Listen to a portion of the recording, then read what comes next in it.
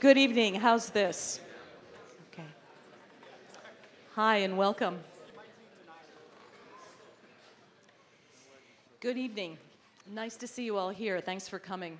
My name is Barbara Altman. I'm the director of the Oregon Humanities Center, sponsor of tonight's event. I'm going to do a quick introduction and then we'll get to our main speaker. It's my great pleasure to introduce Denis Hayes, a man with so many accomplishments and accolades that it's hard to know how to abbreviate them to give you an overview. Before we get to the introduction proper, I wanted to give you a little bit of information. A quick word first about the lectureship that Denis Hayes holds with us here today. It is the Humanities Center Clark Lecture for 2009-2010. The Clark Lectureship was established in 1994 with a generous gift from the Bowerman family, of whom we have several members here today. The goal of the lectureship is, to quote, to promote public discussion on the natural sciences, the history of Oregon, and the interface between science and social and cultural affairs, as exemplified by Thomas Condon, legendary frontier missionary, geologist, paleontologist, and founding member of the UO anthropology faculty. The lectureship is named after former UO President Robert D. Clark, who wrote a biography of Thomas Condon entitled The Odyssey of Thomas Condon, and I think Clark would have approved of this particular guest as eminently worthy of his legacy, as you will see. Before going on, I would also like to acknowledge our very generous co-sponsors. They are the Morse Center for Law and Politics and the Clark Honors College, which is celebrating its 50th anniversary this year, on which we heartily congratulate them. Mr. Hayes spent the afternoon with students at the Clark Honors College, a wonderful opportunity for the coming generation of activists to learn from one of the masters. I also want to acknowledge the Humanities Center staff, without whom this kind of event simply doesn't happen. My thanks, therefore, to our Associate Director, Julia Hayden, and much appreciation to Melissa Gustafson for all the logistical work, to Peg Gearhart for the publicity, and for being producer for our TV interview that you can see in about 2 weeks, and to Lindsay Hendrickson and to Ty, always ready to back us up and who are helping here tonight, and other steadfast volunteers who keep us up and running. One last practical matter. We anticipate that many people will want to ask questions of Mr. Hayes during the question and answer following his lecture. In order to accommodate as many people as possible, and so that all questions are captured on the recording of the event, we'd like to ask you to do the following. If you have a question, please come to the mic in the aisle. There's 2 of them. If you cannot do so, we're happy to bring you a cordless mic. When you have the floor, we ask that you ask a question rather than make a statement, and that you limit your question to a minute or so. I'll ask you to finish if you run much over that limit. Thanks for your cooperation with this system. It keeps the discussion flowing and it allows a maximum number of people to join in. And now, what you've been waiting for, a real introduction. Denis Hayes has been called a practical visionary, and that is the role he plays as the president and CEO of the Bullitt Foundation, which was founded in 1952 by Seattle businesswoman Dorothy Bullitt. Hayes became president in 1992. To quote from their website, the Bullitt Foundation works on the principle that, quote, sustainable human institutions and enterprises will be based on the same ecological principles that govern all ecosystems, unquote. Their work is concentrated geographically in the Pacific Northwest. Another essential fact to mention is that Hayes was the coordinator of the first Earth Day held in 1970, a role through which he rose to prominence as an activist. He continued to expand Earth Day, organizing anniversary events in 1990 and in 2000, to the extent that now more than 180 nations participate. Earth Day has become the world's most widely observed secular holiday. In other roles, Hayes directed the Federal National Renewable Energy Laboratory during the Carter administration. He has been a visiting scholar at the Woodrow Wilson Center, a senior fellow at the World Watch Institute, an adjunct professor of engineering at Stanford University, and a Silicon Valley lawyer. His awards and honors are numerous. He's been given the National Jefferson Medal for Outstanding Public Service, as well as the highest awards bestowed by the Sierra Club, the National Wildlife Federation, the National Resources Council of America, and the Commonwealth Club, among many others. He also serves on many governing boards, including those of Stanford University, the World Resources Institute, the Federation of American Scientists, the Energy Foundation, Children Now, Greenpeace, and the Environmental Grantmakers Association. He continues to chair the board of the International Earth Day Network. The title of tonight's talk, which will last between 45 minutes and an hour, or between 30 and 45, we'll see, is Prosperity Incompatible with Posterity? Please help me welcome Dennis Hayes.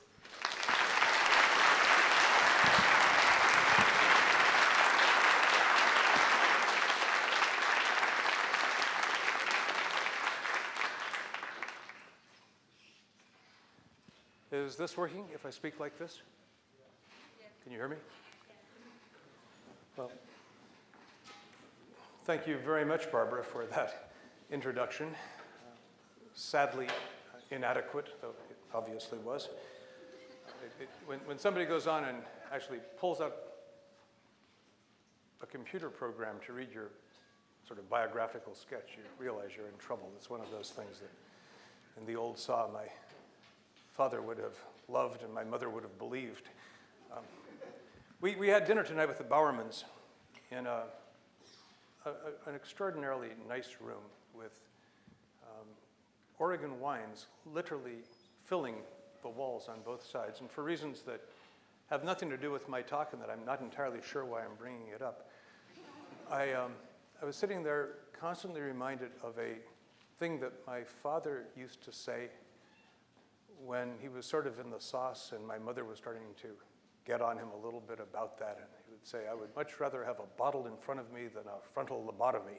That's a good line.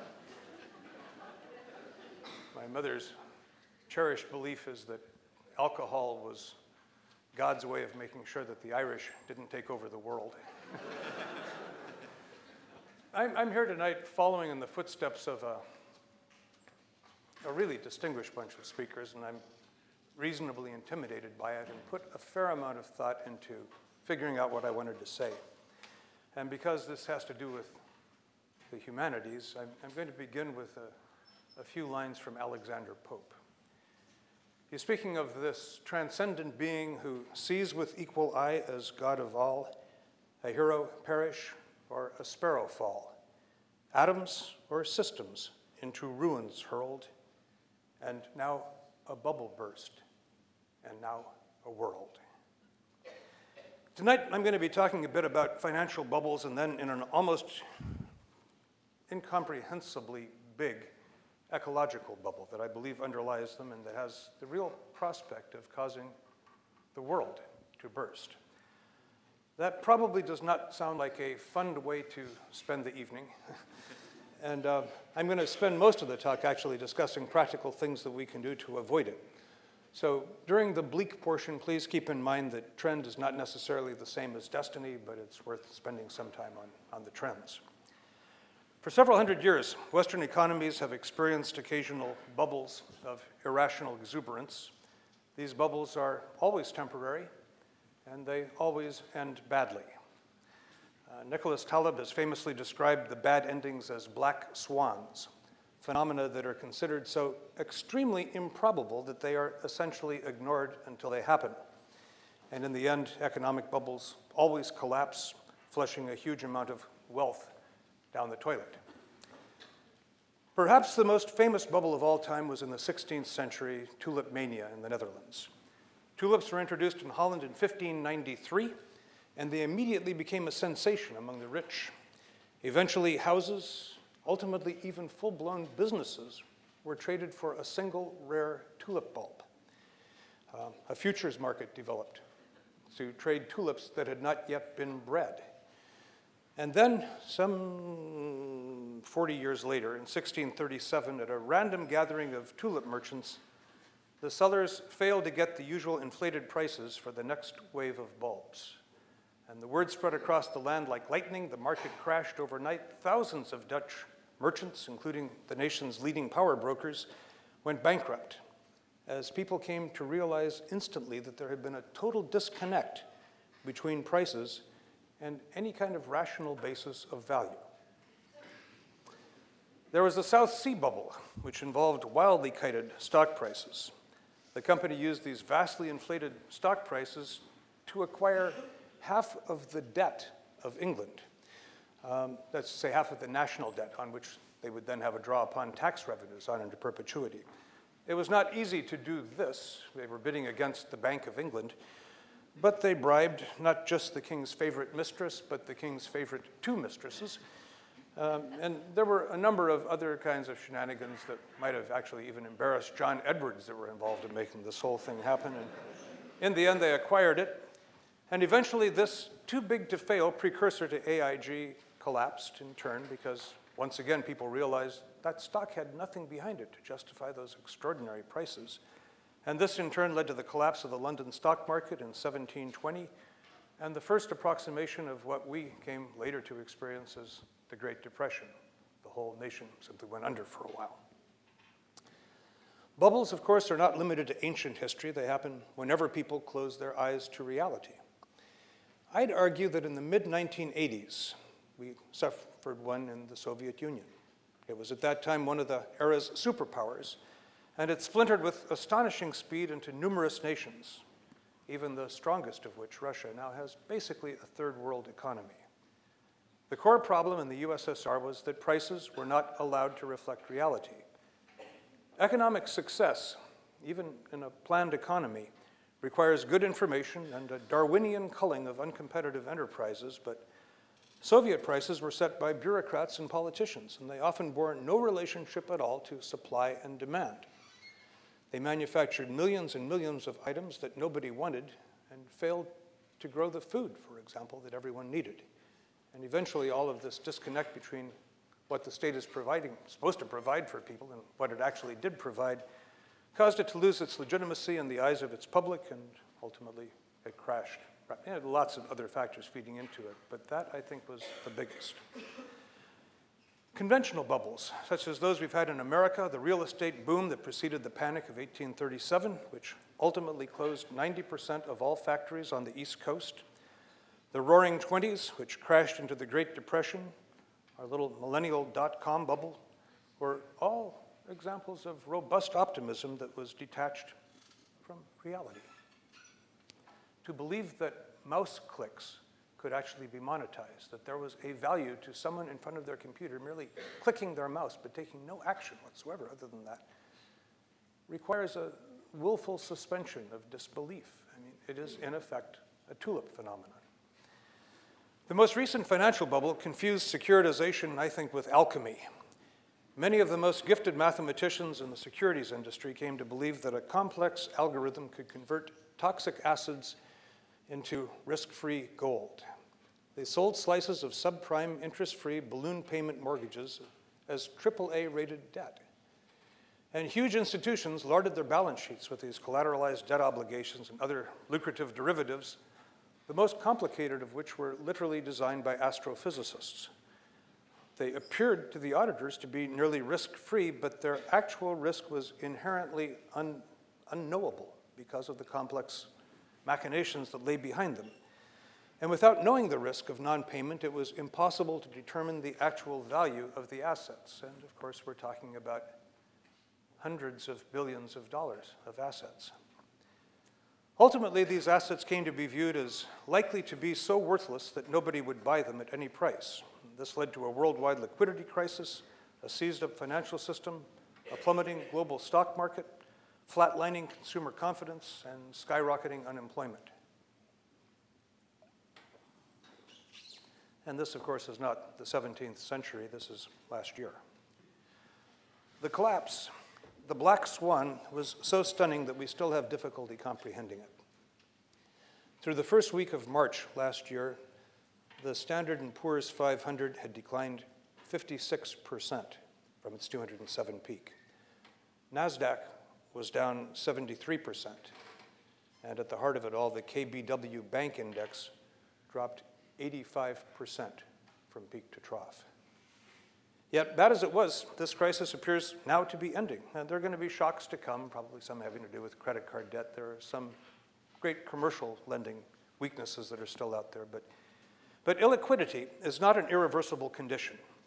And at some point, coordinated global fiscal policies, inflationary monetary policies, and Hopefully, a reassertion of strong governmental oversight of the financial sector and of other key industries will bring the global economy back to normalcy.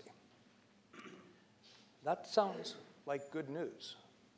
That's what it's all about. That's why we this year will acquire another $1.5 trillion of debt. And the basic theme of my talk here tonight is that returning to normalcy is mostly bad news.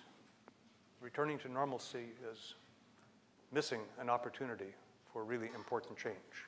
And in the clearest example of that, if you're really caring about building a better world, you do not restrict all of your payments to shovel-ready projects. You put some of that into money into something that is going to transform the society in ways other than simply distributing purchasing power to people to fill potholes. Lurking behind the economic bubble, in my view, is an ecological bubble that is vastly more significant, the principal driver of which is what we call normalcy. Ecosystems tend toward equilibrium. When anything gets out of balance, natural processes pull it back into a sustainable condition. For example, shifting environmental conditions like an unusually rainy period frequently permit animals to exceed their long-term carrying capacity. It produces a ladybug bubble or an elk bubble, and that bubble is inevitably followed by a collapse. The animal population is reduced once again to its carrying capacity, typically by predators, disease, or starvation. Humans, too, are part of nature. We experience ecological bubbles. These occur when our populations exceed the long-term carrying capacity of their domain, or when human behavior undermines the biological integrity of the environment. A gratifying amount of research has been done on human ecological collapses, and Jared Diamond has tied much of it together with his masterful book, Collapse. Unlike economic collapses, which always recover, human ecological collapses, think here of Mesopotamia, the Mayan civilization, the Vikings in Iceland, Easter Island, Amazonia, do not quickly bounce back. In fact, many don't bounce back ever. Mesopotamia, the Fertile Crescent, of course, is the desert wastes of Iraq. Past human ecological collapses have been limited to a specific area, but economic globalization has brought with it global ecological impacts, only the most visible of which right now is climate change. There are similar things going on with the other great cycles of nature, the hydrological cycle, the nitrogen cycle. Just as global economic collapse leaves no refuge even for the nimblest investor, and there was no place to go. I run a $100 million portfolio. I was looking for something safe. Go into cash? That wouldn't do it. Go into sovereign debt? No. Go into third world debt? No. Go into large caps, small caps, venture capital, private equity. There was no place to go to that wasn't collapsing simultaneously. It was a global economic collapse, and a global ecological collapse is a similarly daunting prospect. It's a little bit like the Dust Bowl without California. There is no place to go that isn't going to be suffering it. That, I think, is what we are currently hurtling toward as a result of what we now view as economic normalcy. Throughout the global economy, prices don't reflect reality. We are liquidating our natural capital, and we are not reflecting this on our books anyplace. We've been undermining the vibrancy of ecosystem services, such as those provided by the remaining great forests, coral reefs, coastal wetlands, and utterly ignoring it in our economic decision-making. When you go out fishing, and we have now overfished every major fishery in the world, several of which are now in a state of collapse, you pay for the boat, you pay for the nets, you pay for the labor, you pay for all sorts of things. You don't pay for the fish. And yet it's the fish that are being overfished. And if you don't have that anywhere in your account books, if you're not amortizing fish, then you don't have an industry in a few years. It would be true for any industry, but those based on natural resources are the ones where you can ignore those free goods. The error boundaries in estimating these accounting discrepancies are large.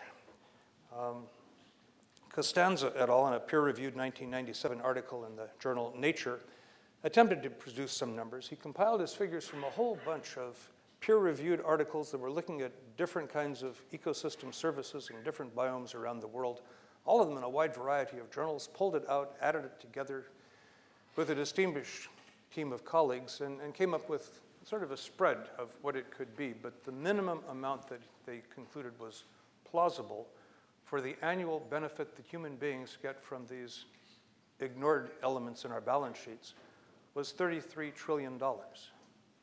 At the time they did their study, in that year's dollars, the gross domestic product of the planet was $18 trillion.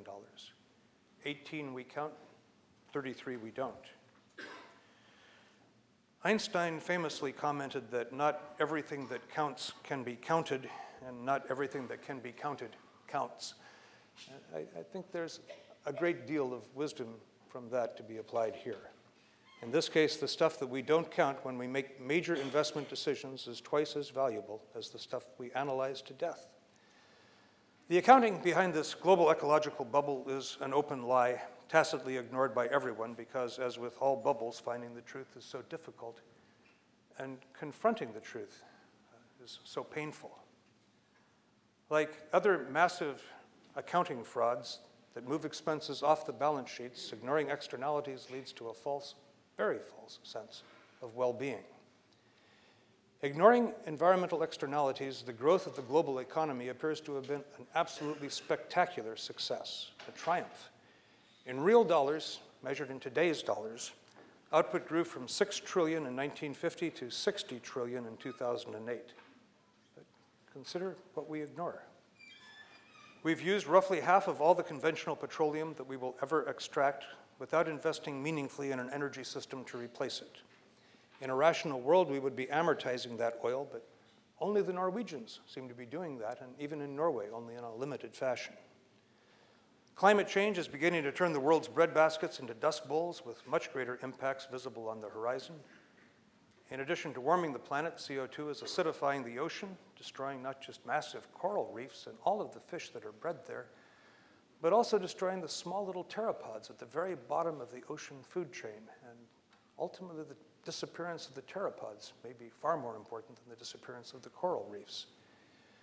Permanent topsoil loss is impoverishing the world's long-term agricultural prospects. Virtually every aquifer on Earth is being depleted, some at alarming rates. There are some that are going down 10, 15, even 20 feet a year. You have to go down that much farther to get water, and therefore you have to pump that water that much higher to get it out, using that much more energy, and ultimately there is a bottom. The world's rainforests, the lungs of the planet, potential sources of unique new drugs and other things, are under a full-scale assault. Hormone-mimicking substances are accumulating in every food chain in the world, even the most remote, with unknown consequences, but we see these correlations with those endocrine disruptors and all sorts of things that are going on. Fish up in Puget Sound are of confused sexuality. They have both male and female sex organs, are unable to reproduce. Alligators down in Florida being born in one whole lake, all of the alligators with penises ranging from a half an inch to an inch. There are these things that go on in your endocrine cycles where if a certain very trace amount of a hormone is present, something happens. If it's not present, nothing happens. And if it comes at the wrong time, it doesn't work. These things that look like hormones that we are producing mingle into those natural systems and completely confuse the dickens out of it. And we're beginning to see this now in everything from plastics that are being used in baby bottles on through the plastic liners in every can of soup that you see. Is that a John McCain moment? No. Let me turn this off. I didn't say anything to you, but I ought to stop my own as well. Wasn't that the weirdest thing in the world when his wife called and he carries on this conversation while the entire room is waiting for him? None of these potentially huge externalities and others, like mountaintop mining and nuclear proliferation and fighting a preemptive war to maintain access to the world's second largest reserves of oil, is reflected in the price signals that steer the world economy. This is a classic definition of a bubble. Failing to include ecological costs in national income accounts and in corporate financial statements is every bit as misleading and even more guaranteed to produce a catastrophe as surreptitiously shifting debts to offshore corporations housed in the Cayman Islands. Costs are costs, and sooner or later the piper has to be paid. Mother Nature does not do bailouts. Mother Nature just shows up one day and breaks your kneecaps. And the evidence suggests that that day is getting close. So, what should we do? We spent a long time building this economy. It is incredibly complicated. Fixing it is going to take time. It's going to take intelligence. It's going to take myriad discrete acts of courage. It's going to take experiments that fail as well as experiments that succeed. But we have to change a zillion things. Let me suggest a few of the more important steps I think we need to take. First, get the price right. As we've seen, determining a price for many of these negative impacts is easier said than done, but it's clear that the price is not zero, and policy instruments can be used to establish intelligent prices. One example much in the news these days. I have been arguing for many, many years for a scientifically determined cap to be set on carbon emissions each year, declining each year into the future. It should be coupled with an upstream cap and auction system for establishing a price. If you do this approach, a cap and auction, this is not cap and trade at all, where you're trading in offsets of Guatemalan forests to open up a coal-fired power plant in Pennsylvania. It is only trading the permits to bring coal into the economy or oil into the economy or any fossil fuel into the economy. This approach, the cap and auction, combines the best elements of a cap and trade system, which is the cap, with the strongest element of a carbon tax, which is a price, in an elegant, flexible system that would also boost the national savings rate. It is, in effect, a different name for a carbon tax, but if it's a tax and you have to go back to Congress every time you want to change it, we don't really know the long-term elasticities of different kinds of taxes, so you try this and you go back to Congress. If it's not working, try that. And it's a system that seems to me that although the economists in theory like it, it's completely impracticable in a political world. But if you have a cap that is automatically set that is national policy, that doesn't have to go back to Congress. That can be assigned to an administrative agency, and the auctions set what is in effect the price. You have to buy the permit to be able to bring the carbon into the economy. It's an elegant system that has one disadvantage, and that's that it's got essentially no support. With one big exception. Senators Maria Cantwell and Susan Collins are co-sponsoring legislation that would begin to do this. Moreover, they want to rebate most of the revenue on a per capita basis, thus making it the most progressive tax in the world, because if you have a carbon tax that is upstream, it tends to be proportional to people, actually proportional to people's consumption more than income or wealth. But consumption is pretty closely linked to income and wealth. So you're collecting more and more money from those who are relatively well-to-do, but redistributing it on a per capita basis. So if you pay relatively little because you are on the lower end of the ladder, you get the same amount back as a Rockefeller. It is a redistributive mechanism as well. That will help it in some circles. It will really hurt it in other circles, but at least it's a very clever approach to it. It's currently a non-starter politically, but I would hope, and I need to point out that it is the evening. I am, at this point, speaking as a citizen, not as the president of a philanthropy that has received favorable tax treatment that stops it from speaking out on political or legislative issues, but wholly as an individual. I would urge you to lean heavily on Oregon senators to sign on and give it some momentum. It's not a perfect bill, but it is head and shoulders better than anything else currently in play. And I think your senators are winnable. I think a bunch of senators are winnable if we have a public outpouring on it that says it's time to get serious. Does anybody here know when the National Academy of Sciences issued its first report on climate change that said, although uncertainties remain, you're not able to come, yeah, and there we are. It's a guy that went through this quiz with me earlier today from the Honors College.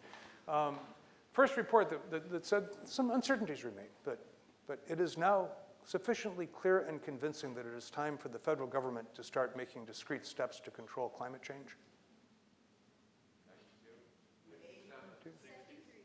79. So 30 years, and nothing as yet. A plus on this bill, it's 40 pages long, and it's written in English. It's just amazing. I mean, if you look at the cap and trade legislation, both of the bills are more than 1,500 pages long, and they're utterly incomprehensible. Most of the drafting came from lobbyists who were in there concerned with protecting private interests, not the public interest. This is a page that, if you don't want to trust me, easily downloaded from the web, easily read in half an hour, and then go bust your butts to get your senators to sign on to it.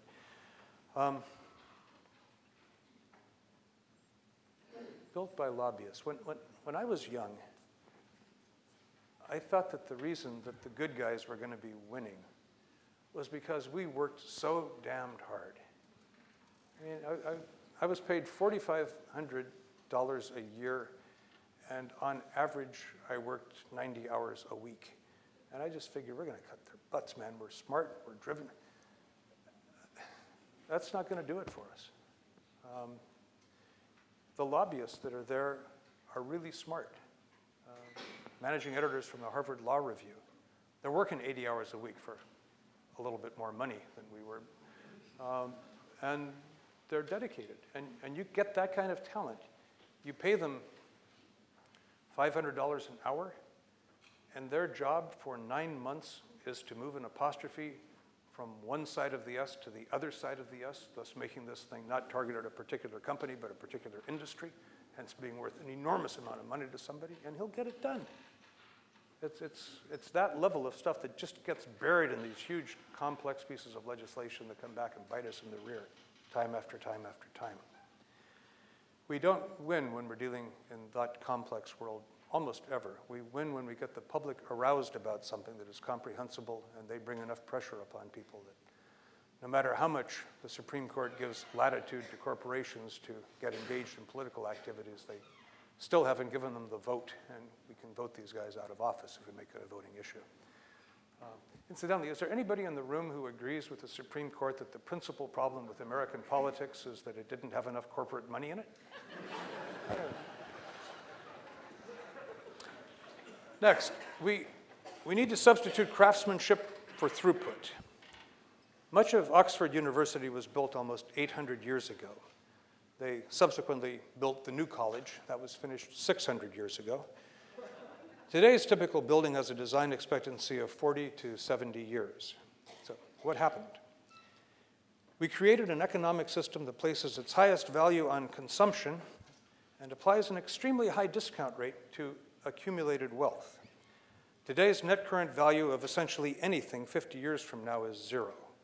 You can't get people to do things that produce value after zero. I'm building a building that I hope is going to have a design life of 250 years, but the banks will not finance any additional expenditures that would produce a revenue stream that would be amortized over a longer period of time than 40 years from the banks.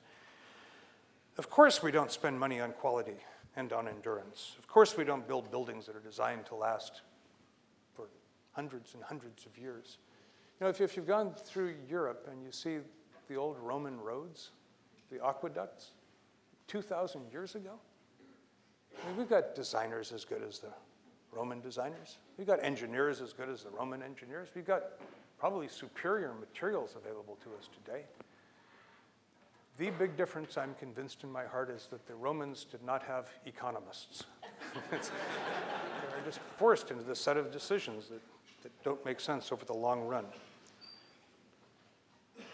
This short-sighted, consumption-dominated economy is a relatively recent chapter in human history. I mean, can you imagine Franklin Roosevelt or Dwight Eisenhower suffering an attack on the dominant New York office towers and going on television the next day to urge Americans to go shopping?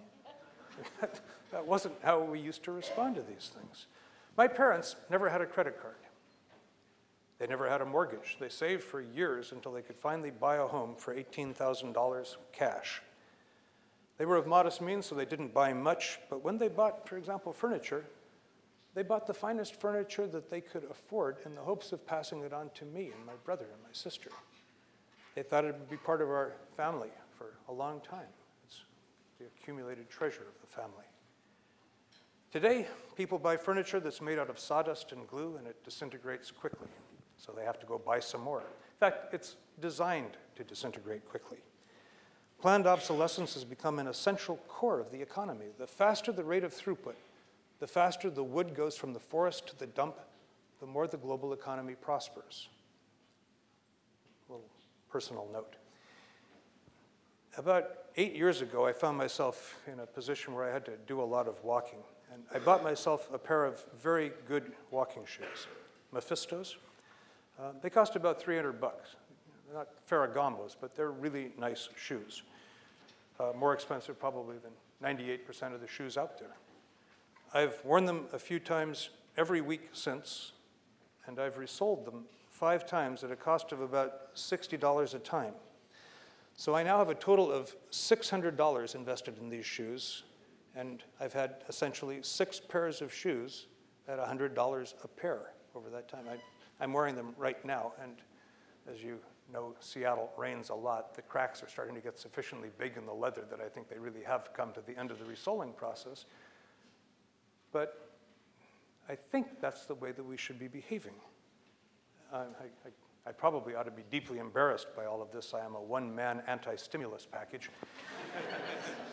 But I don't want an economy that requires me to throw away perfectly good shoes because the sole's got a little thin.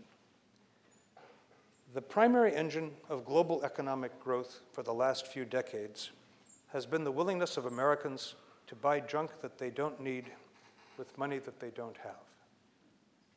I'm going to say that one more time because I think that may be the single most important thing I'm talking about tonight.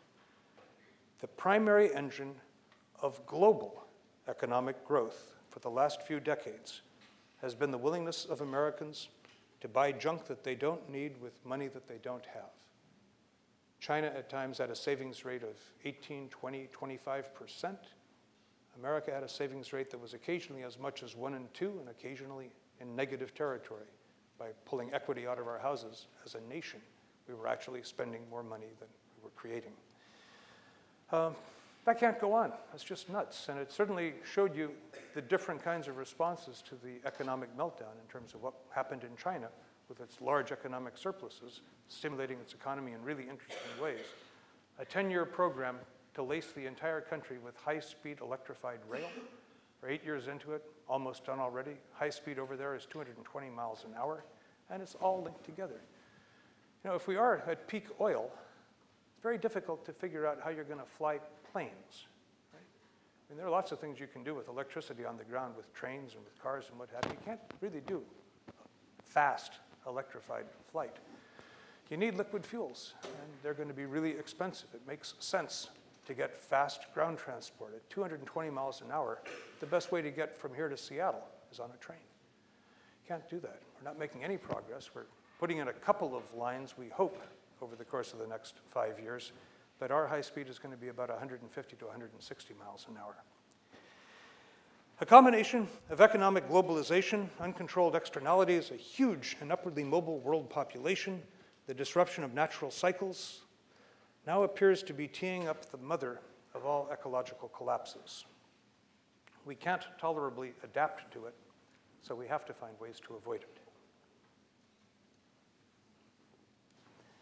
The vast majority of current economic policies, in support of which we are currently mortgaging our future, likely tripling our national debt before we're through it, are designed to perpetuate the same preference for debt-driven consumption that is imperiling our destiny. Is there anything we can do about this other than give speeches urging people to buy less, to buy quality? Well, again, I've got an idea that I think makes a great deal of sense, and once again, it has that same huge problem attached to it that it has no support from anybody with any power. But let me pitch it anyway. We ought to change from a progressive income tax with lots and lots and lots of loopholes and a tax code that is as incomprehensible as anything that emerges from Capitol Hill to a progressive consumption tax. Taxpayers would report their income, as they do at present, and their savings, much as we now document retirement accounts. So, in rough terms, a family's total assets at the beginning of the year plus its income for the year minus its assets at the end of the year equals its consumption. How much do you have? How much do you earn? How much do you have at the end of the year? And whatever the difference is what you consumed. That minus a standard deduction would be its taxable consumption, which would be taxed at a series of progressively higher percentages as consumption rose, so that it would be a progressive consumption tax, having that necessary element for any national tax system.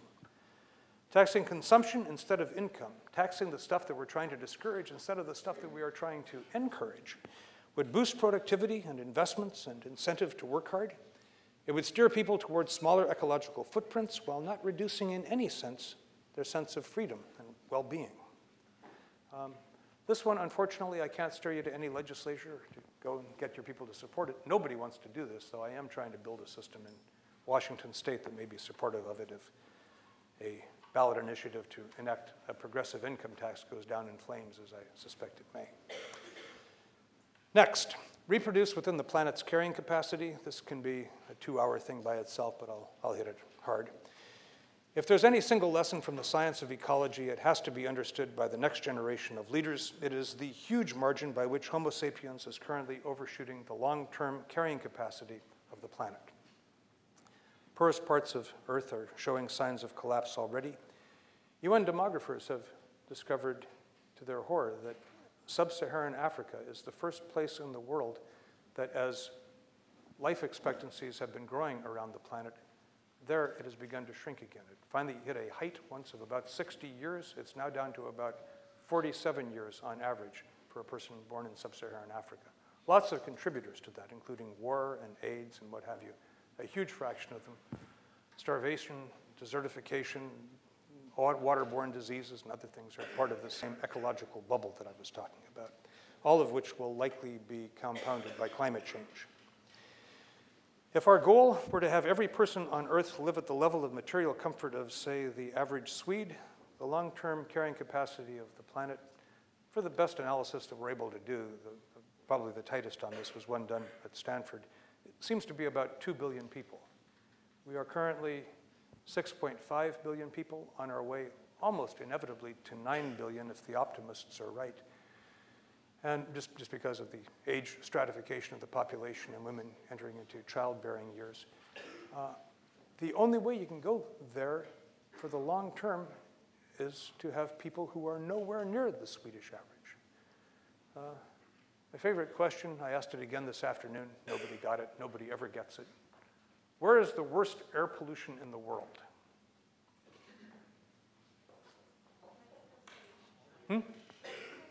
Mexico City. Guangzhou. Or Beijing. What have you. Yeah, it's a trick question, which is why nobody ever gets it. It's in a hut. Probably a hut out in maybe Western China, like the one that I was in about 2 months ago, that doesn't have a chimney. It doesn't even have a hole cut in the roof. And they, for warmth, burn dried dung. It has no windows. There's only a door. And you go in there on a cold day, and they close the door behind you, and you're surrounded by dung smoke. And God, in 2 hours, I felt at least a year slip away from my life expectancy. This just, went there from Beijing. There's no comparison.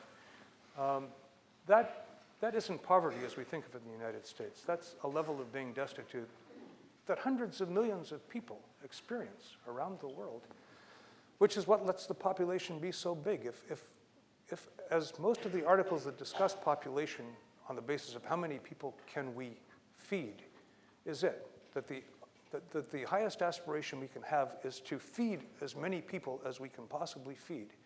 If we're all, in essence, willing to live like Chinese peasants, probably the carrying capacity is up on the order of maybe 25 billion, more. But even Chinese peasants are not prepared to live like Chinese peasants. They're going in a mass migration into the cities. So transformation is taking place.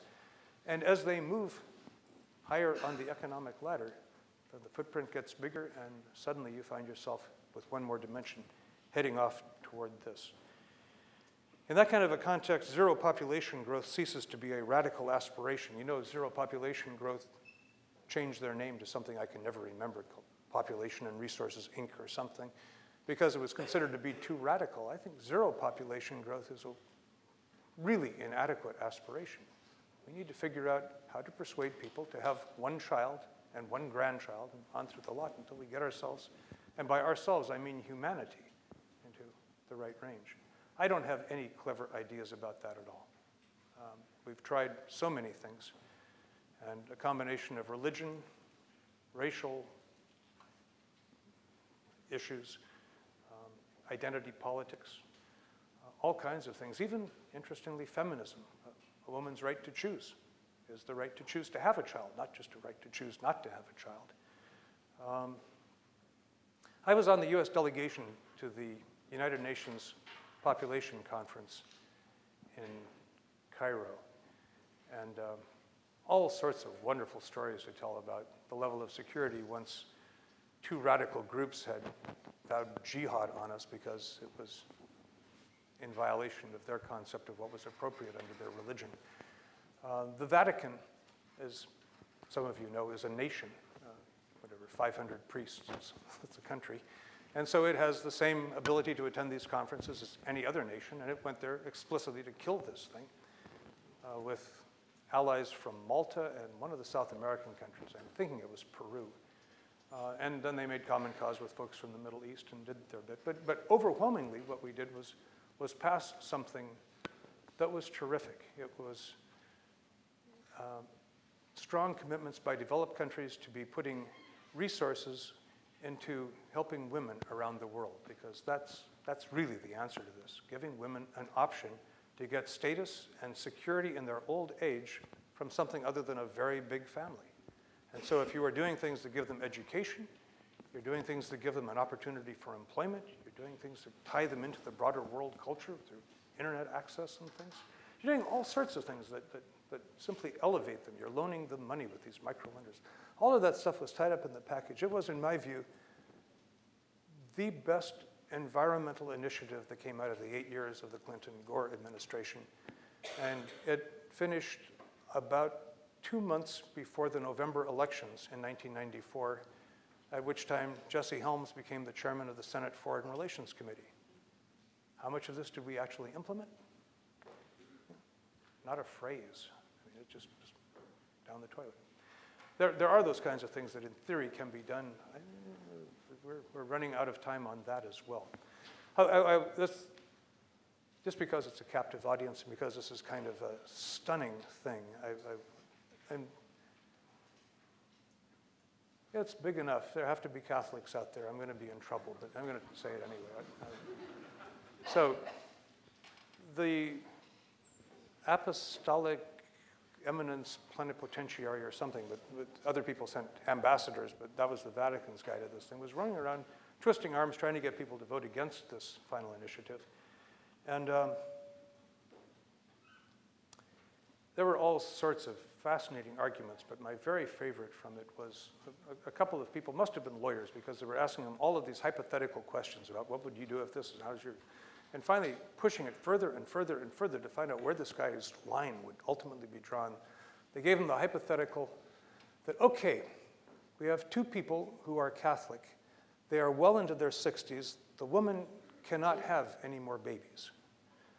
The husband has hemophilia, and before they knew about this, he, in a blood transfusion, acquired HIV, and he now has active AIDS. These two are deeply in love. They would like to manifest that love in an act of physical intimacy.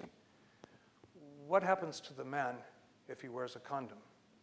And without a moment's hesitation, this fellow says, he would go to hell. It's just, and I don't know how you overcome that kind of thing. It's kind of interesting that the lowest birth rates in the world are in places like Italy. I mean, obviously, there are some people that are not paying a lot of attention to this. But you can find that same sort of thing in a great many faiths. You find battling things with various kinds of groups in an identity politics democracy where votes count to try to push. I mean, we're heading rapidly in terms of immigration policy and comparative birth rates into a nation that will relatively swiftly have a very different racial configuration than it does today. And to the extent you vote on blocks, that has frightening implications for others. I have been in rooms with very distinguished, thoughtful scientists who were pushing me aggressively to have more children than my one child because I owed it to my race, of all things. They're just appalled. And yet, it's getting to be commonplace out there. And this is one that obviously has me pretty deeply disturbed. No idea how to get there. Next, we need to temper extremes of wealth and poverty. Shortly after Jared Diamond published Collapse, I had the good fortune to have dinner with him, and I asked him whether in researching his book and just thinking about it, he'd recognized some common human behavior that if we could avoid it would dramatically boost the likelihood of avoiding future collapses. What is it? Is there a magic bullet out there that we ought to be addressing?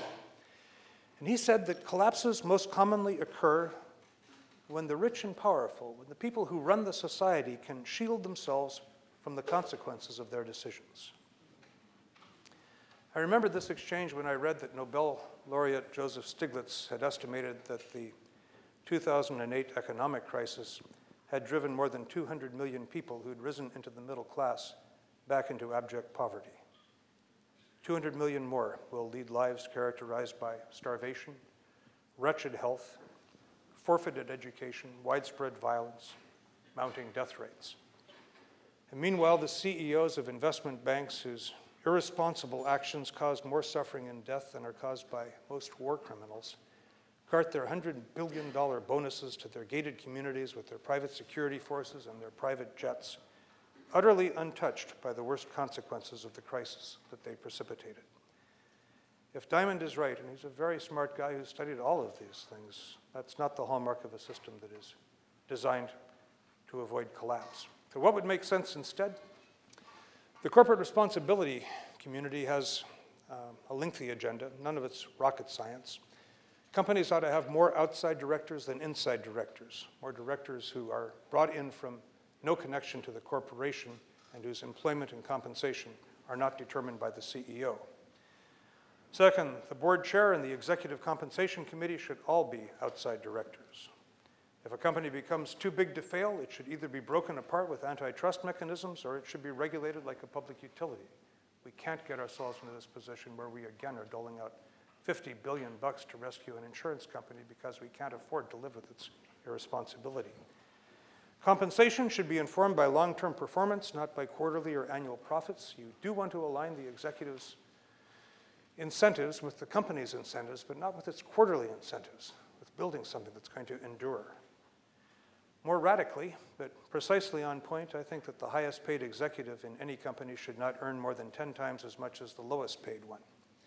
And to stop this from becoming every audience always has the lowest paid ones somewhere in it. And to stop this from becoming just another driver to outsourcing to overseas contractors, you should have, I think, some ratio, maybe 50-to-1, to apply to the employees of major subcontractors. I think that unless we rein in this gigantic and growing gap that we're getting between those who are becoming billionaires and those that are not, America appears to be well on its way toward developing a landed aristocracy. And with no limits on personal campaign expenditures by candidates, I think it's possible that the Senate could become effectively a House of Lords. That unless you were personally incredibly wealthy, you can't get in. It's already called the rich man's club. There are some notable exceptions, but it's getting harder and harder.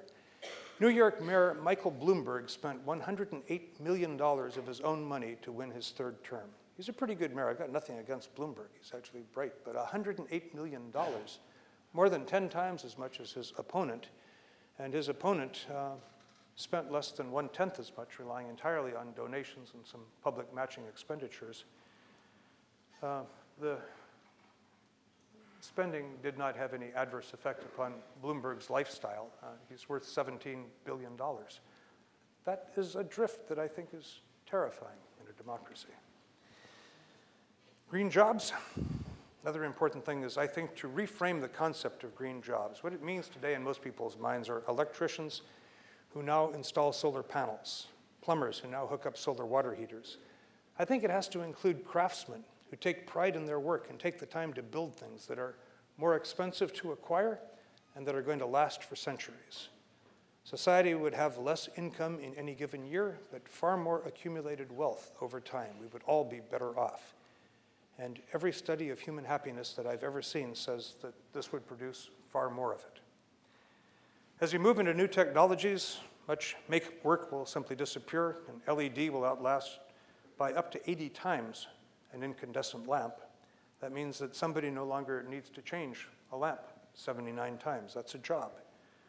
One thing that should flow from this, in my view, is shorter work weeks with the labor requirements spread over more of the population. It is not one of the most fulfilling jobs in the world to replace incandescent light bulbs. We ought to be doing things that eliminate the stuff that is essentially make work to the extent that technology can supplant it.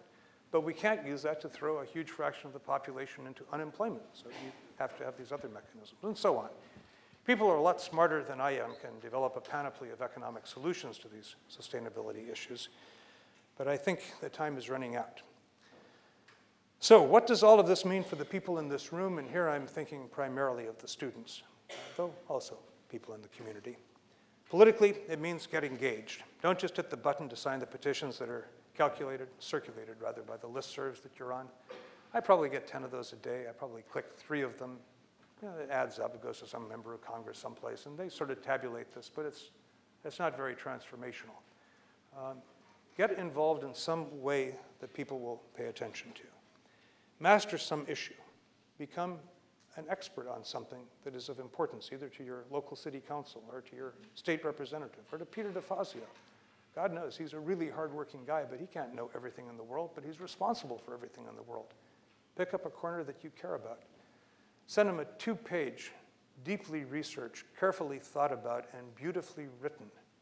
Emphasize, beautifully written. God, the writing of most of these things just sucks, but you can do it. Put it together in a way that will pull him into it. First one, you're not going to hear any response, but the second, third, fourth, somewhere along the line, the relevant staff person is going to say, you got this guy out there that really seems to know a lot about this fill in the blank issue. You got to read this, and pretty soon you're going to be getting a call from their office asking you to talk about this the next time the congressman is in town, and use that. Get the leverage off of it. And there's nothing magical about the federal level. Eugene is a fabulous place. It should be the greenest city in the world. You've got the opportunity to do that here. I went on the web last night and found that there are 140,000 people in Eugene. That suggests that there's something like 80,000 adults. If you're like most of America, that means that about 1/3 of those will vote. The university has 22,000 students. It doesn't take a degree in mathematics to see some opportunities there. Do it.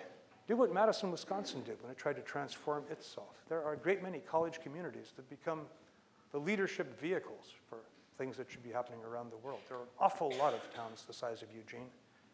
Build them the best possible model. And build it the best and greenest university as well. Wonderful architectural staff and land use planning staff and materials staff, everything here to make this university the one that everybody looks to as a model. You can get it done. This is a state that counts.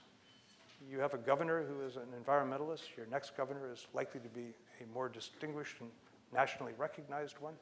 Do things that are bold and that will capture attention and that are right. And even if occasionally they don't work, that's how we make progress. You try stuff that seems like it's right. Individually, at a personal level, I have 2 suggestions. First, think carefully about what's really important to you. Again, this is for the students. If you think about what's really important, and not just the first thing that comes to your mind like a Porsche Carrera, but the stuff that is really important to you, you may surprise yourself. I sat down and jotted down a list of what's important to me. To experience and appreciate beauty, to laugh often and hard, to win the respect of intelligent people, the affection of children, dogs, to live a life that reflects my values. In my case, that one has real costs, but integrity is priceless. To find work that causes me to spring out of bed every morning, eager to embrace the day. To achieve some concrete goals every year and other concrete goals every decade. Goals, somebody said, are dreams with deadlines. That's a nice concept. And to pass on to my only child and my only grandchild, not just my genes, but some of my values. It's probably the closest thing to immortality that any of us can really hope for. You should decide what's important to you, what's really important, and pursue it relentlessly. as a lodestone, sort of a guide to life. After hearing a talk that was 50% relatively depressing, I think the most upbeat thing that I can close with is this, that every species out there is driven by a survival instinct. In the end, when push comes to shove, they do what is going to get themselves ahead individually. But if that's challenging the long-term viability of the species, they tend to do things that are sacrificial and that will increase the probability of their species enduring. We're part of that great web. I've got some level of confidence in my heart that we have those same gut instincts to do the things that are in our interest to survive. So when you find yourself in adulthood faced with tough decisions, and you're going to find it day after day, there are things that come along that some of them are really minor, some of them are really major. Maybe deciding to quit your job over something that you just can't be associated with. Really tough things. You got a wife, a kid, what have you.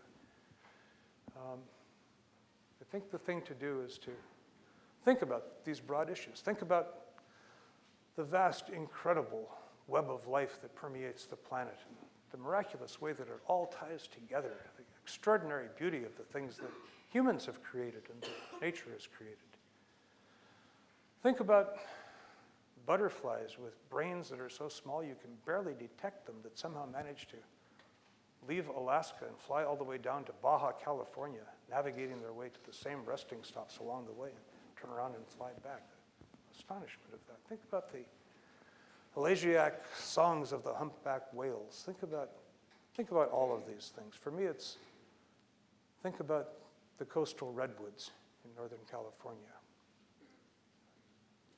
It appears that one of the offshoots of climate change, if you look over the last 100 years, is that in a jagged way, it's like everything out there. It looks like a random pattern until you map it over a long period of time, but it looks like the fog that comes into the coastal redwoods is diminishing fairly consistently now for a century. They get 30 to 40% of their water from the fog.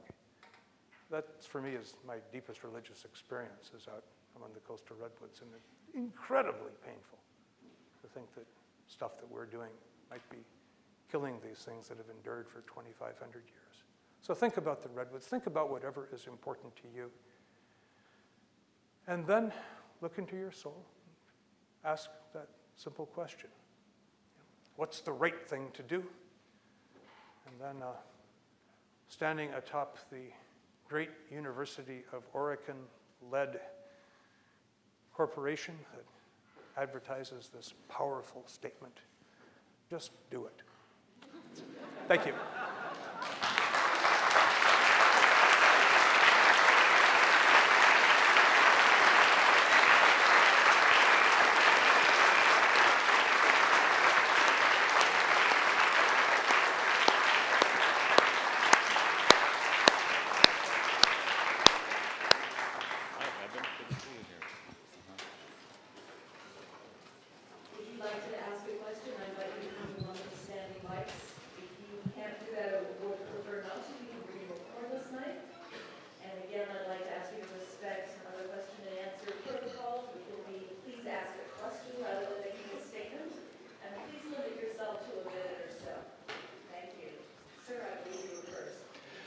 Mr. Hayes, hello.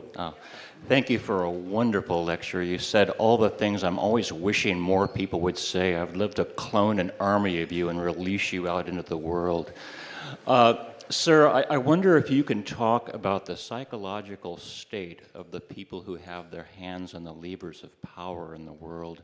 I would generally imagine a PhD economist is a pretty smart person, but we look at their behavior insisting that market forces be allowed to decide everything, while meanwhile externalizing all the true costs. And I think it's not difficult to say that these guys are clinically, diagnosably delusional. They're insane and they're running the world. So please talk about the psychological state of these people.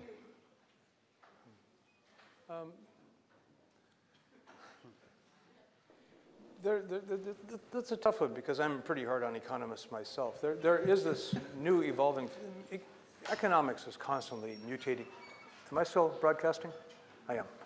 It's constantly mutating. We've had this brand new wave of behavioral economics, which is finally, after a long time, recognizing that people are not always rational beings, and there are various kinds of other things at play. Ecological economics is a thing that is now picking up more and more momentum in various parts of the country. It's been around for a long time. Herman Daly wrote Steady State Economy back in 71 or 72. Here we're talking about a guy who is incredibly bright, wrote a brilliant book, and it has never been reviewed in a peer-reviewed economics journal, but it has influenced a whole generation of people that came behind him. Former serious economist at the World Bank is now a professor at the University of Maryland. It's beginning to mutate. It is so clear to the rest of us that I'm pretty sure they will eventually carry on. Clearly, some economists have the ear of the president with regard to the financial crisis. That's their area of expertise. In years past, including up through the Clinton administration, through their control of OMB, they actually had a very big bunch of turf under them. That's kind of disappearing. And now we're seeing pretty assertive cabinet ministers that are doing this, and I don't think it's, public policy now has a whole lot of dimensions to it besides the economic dimension. They're players, but I don't think they're running the world anymore, or at least this country. Yeah.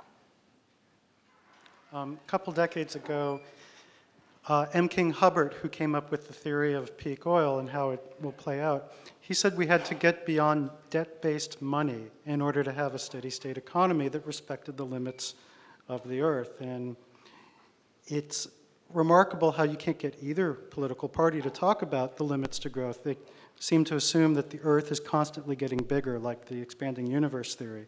The earth is round and finite, and the economic crisis is we reach the limits to growth. And just, if you could comment on that, and one quibble. I don't consider our governor or our congressman to be ecological, since they're pushing countless highways and clear cuts. I never should comment on anybody in any state that I'm not a resident of. He has a greenish hue when viewed from the north. And one that I do know actually fairly well in the case of John Kitzhaber, I'm pretty confident if he's elected, he's going to be an extraordinarily good governor. The neat thing is he doesn't want to be governor. With regard to the people who are running the world, logically, there's this crazy thing that goes on. I think it picks up in grade school. Somebody has, I really, really, really want to be president. I really want to be governor. I really want, but they don't really have an agenda. They don't have a set of accomplishments. I mean, Bill Clinton has wanted to be president since he was in grade school, and he got it. But boy, 8 years of treading water at best. Kitzhaber has been governor. Doesn't get any additional points in any chart for doing it. I think he's really coming in a very bold way. He's going to say things that I think will irritate or somehow that every one of you will disagree with along with this campaign, but he's trying to elect an agenda. He's trying to get himself into office with a mandate to get some things done that he's going to be able to pull on in ways that were difficult for him last time. The broad point, Oregon counts. Oregon counts more than most states on environmental things, and so what you do here matters is one that I will stand on firmly. Well, I'm from California. I've been here about 20 years. I love Oregon. But California's really been doing a lot of things that we need to do. And I want your opinion about emission fees. They have emission fees and emission taxes. And why is that so different from a carbon tax? To me, it seems like they could be related. But I know the Wall Street wants the cap and trade. And I don't know if you read this book by James Hansen. I just happened to have it along with me. I was going to read it in a few minutes. But he believes also against cap and trade and believes in having, have you read this book at all, James Hansen's book? Yes, I have. You have. Wonderful book. But he believes also in cap and dividend. And what do you say to that? And what do you say to emission fees? Why would that differ from having, just calling an emission tax or where they have it? I don't know, all over the country they probably have emission fees or emission taxes. No. They don't? Really Just California? Yeah. Oh, I'm very pleased about that. I worked hard at that. Okay. What I was putting on a pitch for here that I'm calling cap and auction, and then moving that into the Cantwell bill, that is cap and dividend. I hope It's there's the no same thing? confusion. I'm strongly against cap and trade. I wanted to take the Me cap too. from the cap and trade. What he emphasizes is what you do with the revenue after you get it. Yes, sounds What I great. emphasize is how you get the revenue. But we're talking about the same thing. Hanson, I think, is on the money. Except the dividend goes back to everyone in the country. Yeah. Hanson has. Is that what you're thinking too? I hope I wasn't that ambiguous. Yeah, that's exactly what I was saying. Was it? I would Okay. like to keep a little bit of it for some other purposes, including aggressively moving on some renewables True. and efficiencies and high-speed electrified rail. But this is going to be a very big source of income, and it's going to be driving fossil fuels down in a way that makes everything else competitive with it, and returning that money to the consumers, but giving them a menu that has a different set of prices on it because carbon is more expensive is the way a free market ought to operate. The difference between that, and this is insider baseball for a lot of people, and we shouldn't spend too much time on it. With emissions fees, the difficulty is that emissions come from a huge number, I mean, hundreds of millions of sources, many of them very small. We have a focus in this country mostly upon very big things. So with the Clean Water Act, if it's a municipal sewage treatment facility, if it's a major factory, we control it. We don't do very well with regard to non-source emission, and yet those have now gotten to be so very big that they are the primary sources of contaminants now of rivers, and it's just not covered with any of these other things. I mean, when we focused on the Exxon Valdez, the EPA did this wonderful analysis that showed that the same year that the Exxon Valdez poured that oil offshore in Alaska, Americans who changed their own motor oil and poured the used motor oil down a storm sewer poured into our rivers and wetlands 12 times as much oil as was discharged by the Exxon Valdez. For emissions, if you're going after coal-fired power plants, if you're going after cement factories, very good process. You're going after tailpipes, you just can't do it. So what happens if you go with an upstream cap and auction? You get the carbon wherever it enters the economy. There are about 2,000 places where pipelines come into the United States, pipelines leave inside the United States natural gas fields, oil comes into the country, coal leaves the mine mouth. About 2,000 places, all of which already have federal regulation. We'd simply say per unit of carbon that comes out of that, it has to have a permit or it can't enter the economy. So you have to buy a permit to have it. And if you can't bring the carbon into the economy, it can't get to the emissions stack. We're just doing it comprehensively so that we get all the small ones as well as the big ones. Hanson, you get into the details, Hanson's exactly the same place that I am. Thank you. Yeah, thank you very much for the talk. It seems that most of your solutions consist of policy changes at the national level or global initiatives, and I'm just wondering what role you see for local self-sufficiency or bioregionalism in the pursuit of human permanence. As much as we can get.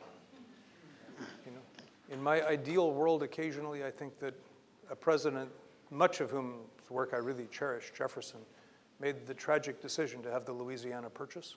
We just got too damn big.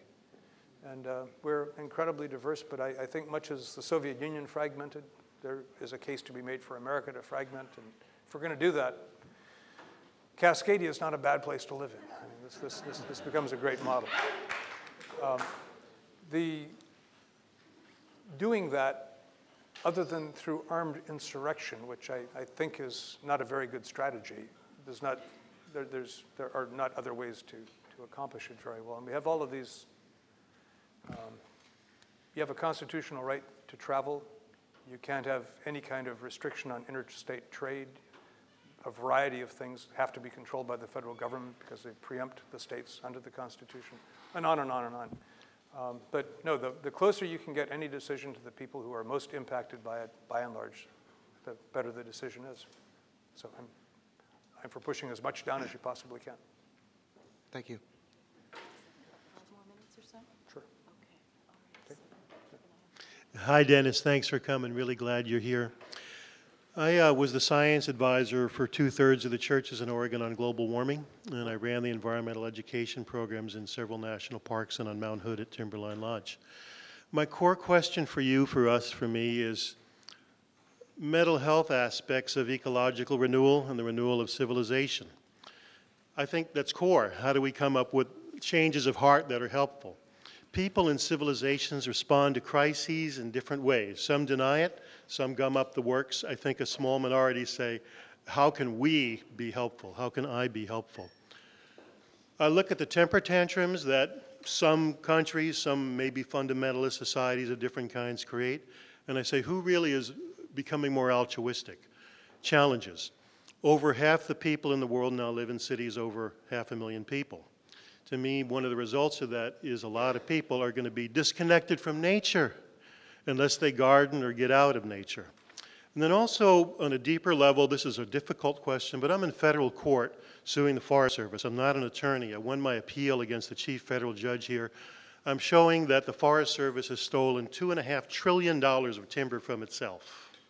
I was a core witness to the shutdown of a multi-$100 billion timber theft investigation.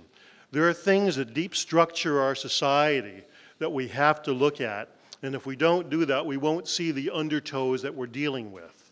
So the question is about, as I said at the beginning, how do we enhance our mental health as we deal with increasing level of crises and challenges as individuals and as cultures?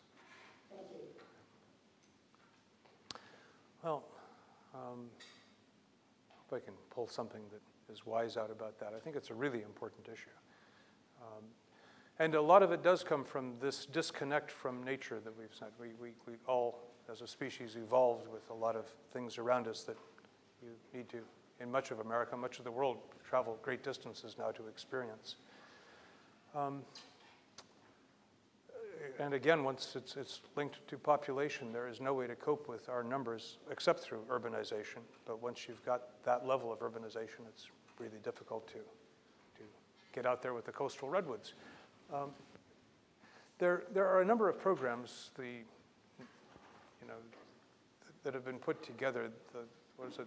The Last Child in the Woods or something like that is the fellow who wrote a book that is now being spread through a bunch of educational systems to get people out. We have a number of things up in the Seattle area. I'd be shocked if you don't hear as well, to get kids out into nature for a couple of weeks here and there. And a whole bunch of programs for volunteers in the summer to go out, including people who've gone out and become park rangers who came out of really depressed communities. But to spread that across society, no, it's a huge, difficult challenge, and I've now mumbled long enough, and I haven't found any wisdom, so I'll probably wrap it up. Sorry. Yes, I'm concerned about the national hysteria about burning biomass trees to produce electricity, and we're even going to be exporting trees from this country to England for providing electricity for 200,000 homes in one plant. In Eugene, we have the Seneca Sustainable Energy LLC is going to be burning the refuse, supposedly, and then using some of their trees. I'm wondering what you think about this national hysteria, because all of our congressmen and legislators and our EWEB commissioners pretty much have gone for that. And second, would you say a few words about your green products program?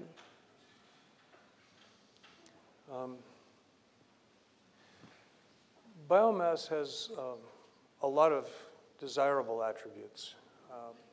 It has a few undesirable attributes, including the very low efficiency of photosynthesis compared to other ways to capture sunlight. But one of the big things is that storage is a natural part of it. If you cart it off into a power plant, you don't take much advantage of that attribute. If you've got chemical energy stored with no cost in a liquid fuel constrained world, you probably ought to be using it for things like transportation, not for electricity, which we can get from a wide variety of other sources. That's not to say that I would put an iron line that no cellulose should ever be burned in a power plant, but on balance, I'd put it elsewhere. Candidly, I think that over a period of time measurable in decades, not centuries, biomass is not going to be one of the most important fuels in the future unless we can figure out a way to make microalgae work much better than they currently do. And the problems in that are significant. It's one of those technologies, a bundle of those technologies, where the longer a person has been working in the field. You're not quite reaching the back from what you meant to. Yes, that's okay. I'm not sure I can work with two of them. Oh, they turned it off, okay. Did anybody hear what I said? Yeah. Getting to the chase. photosynthesis captures sunlight relatively inefficiently and puts it into a series of hydrogen-carbon bonds. They can be hydrocarbons, they can be carbohydrates, they can be what have you. But it's stored there, and it will remain there for a very long period of time, even geological periods of time. If you're going to be using that for fuel, you want to take advantage of that built-in storage, and that's probably not best used making electricity, in my view. An interesting factoid with regard to my engagement with this area that may have left me soured about the whole field and distorted my views. In the late 1970s, in conversations with a couple of farm implement manufacturers and a couple of grain companies, I was part of a team that agreed to move into converting corn into alcohol as a transitional strategy toward cellulosic-based ethanol. And that was, once again, taking advantage of the stored energy in a liquid fuel that you could use then, either as ethanol or methanol to, say, run automobiles, or in that particular case, to run farm machinery. It was a transitional thing. We thought we were moving into cellulosic ethanol in maybe 82, 83, 84. Unfortunately, the budgets were zeroed out in 80, but that was the objective. Meanwhile, the corn ethanol grew and grew and grew. Anybody that wants to be president wants to win the Iowa caucuses. Don't do that by being anti-corn ethanol. And last year, the amount of grain in the United States that was converted into fuel ethanol was more grain than the total grown in Canada, plus the total grown in Australia, plus the total grown in Argentina. It is just a gigantic number. And in a population-constrained world where a lot of good things can be done with that corn directly and indirectly through animals, it's just the stupidest policy possible. And so in this context, I really split with a whole bunch of my brethren. I think that was crazy to get into. I was part of the mistake. I trusted things. And as soon as the cellulosic program got shut down, I think we should have shut down the corn program.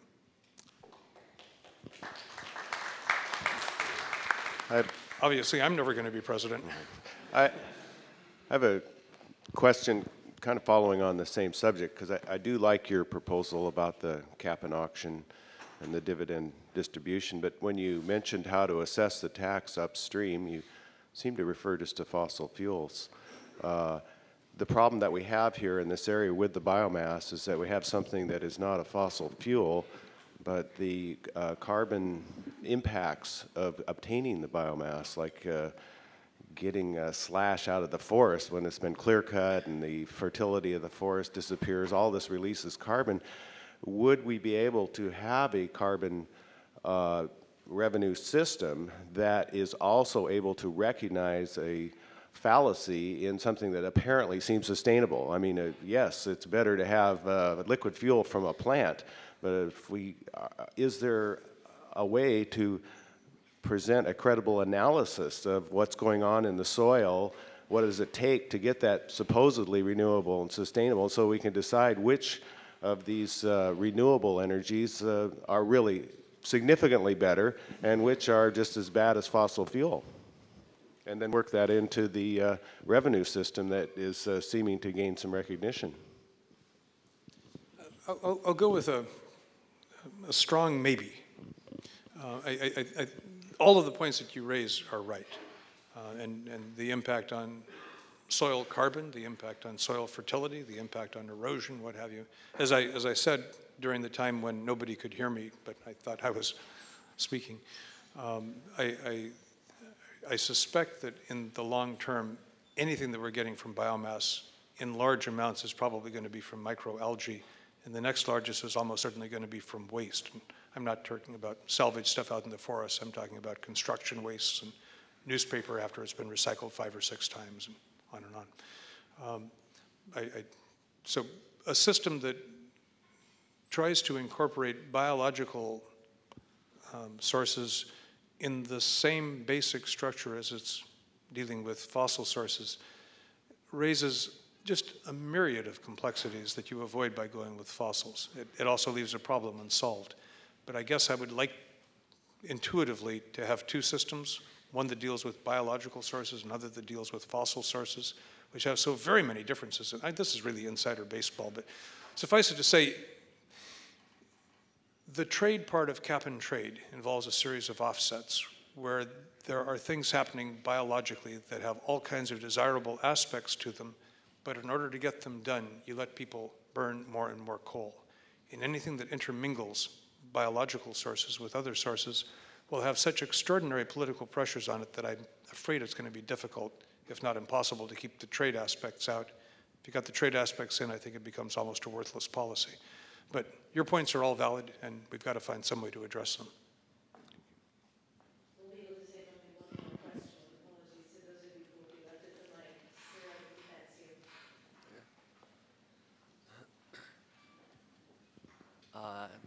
I just wanted to ask, whenever you hear about alternative energy sources like wind and solar, you always hear clean and renewable, but I was curious about with all the raw materials it would take to build and maintain a alternative energy structure and infrastructure, if it's really realistic to believe that we could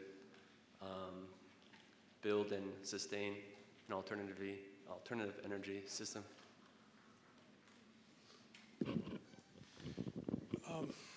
Sure, a very legitimate question. How much energy goes into getting the system? How much material goes into getting it? Is this really something that's plausible, or is this always going to be something that heats a little bit of bath water and gives us symbolic electricity in specific applications?